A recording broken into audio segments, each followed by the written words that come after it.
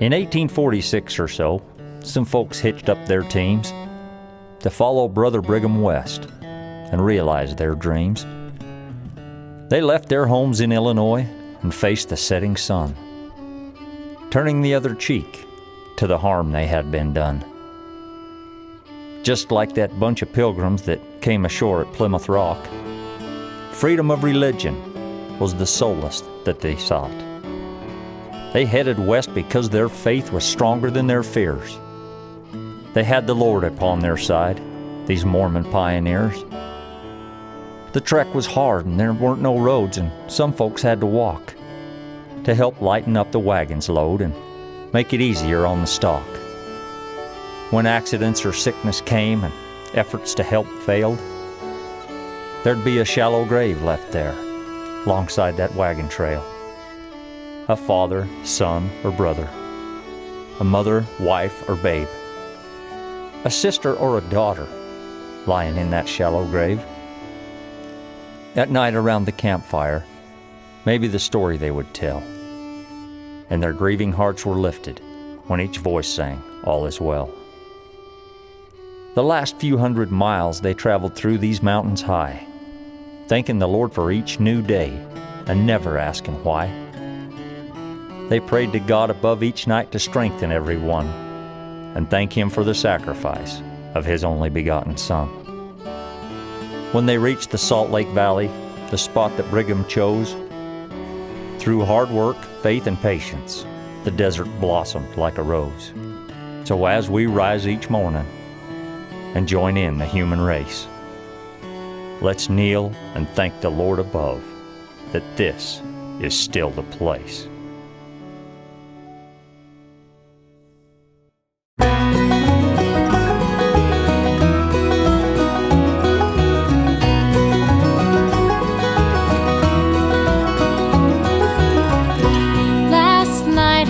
The most amazing sunset, purple lining on the clouds. White lightning raced across the Rattlesnake Ridge, thunder crashing loud. Riding along, just the old coyote and me. There goes the mountain hare, checking water troughs along the Pioneer Trail, sage and cedar in the air. I thank God for Wyoming, wide open spaces and the West. Thank God for the cowboys, for the cattle and the ranches that are left. Sweetwater River, for the magpie and the hare. I'll give thanks for every day I get to live in the middle of nowhere.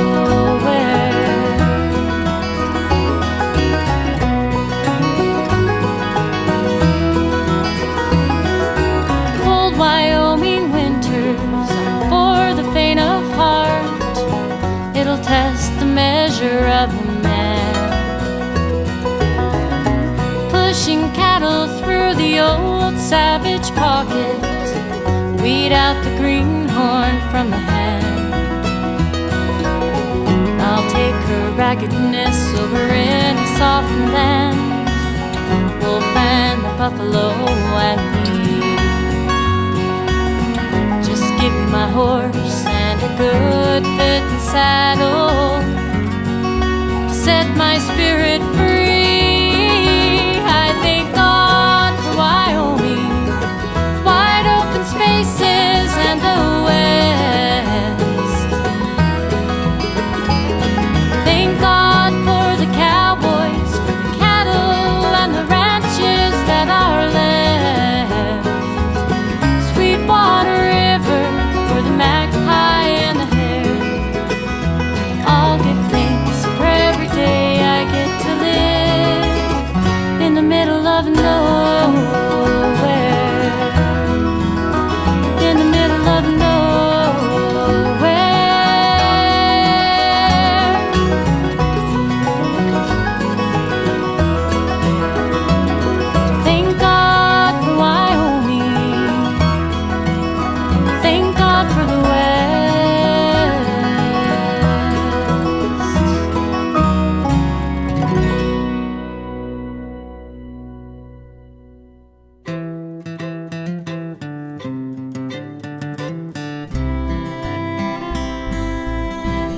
Weather-drawn and hardened soul, there's poetry on his face. Deep lines that map a rugged life that was never commonplace. His reddened eyes recite the woes they've seen those bygone years. A heart not nearly healed nor whole feels the miles of aches and tears. He was born to be a cowboy, to ride upon this land, to make his way throughout his life with hard and calloused hands. He was born to be a cowboy, and it's hard for him to change, to watch selfish greed like fences take away the range.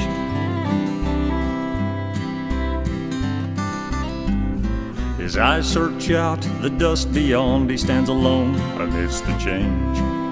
His fading way of life draws close like the disappearing range. A broken heart like broken bones from a fall takes time to heal. To once again get up, stand tall, the pain of change conceal. He was born to be a cowboy, to ride upon this land, to make his way throughout his life with hard and calloused hands. He was born to be a cowboy, and it's hard for him to change, to watch selfish greed like fences take away the range.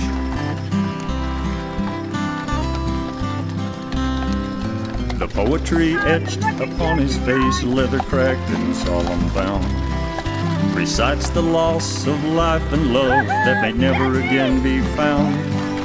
When things in life are taken away, oftentimes they're never replaced. The cowboy's life out in the West may shortly be erased.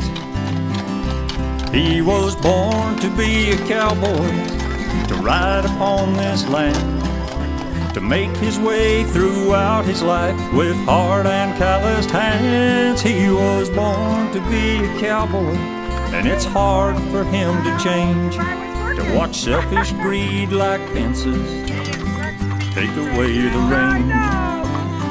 Yes, I was born to be a cowboy, and we'll never be replaced.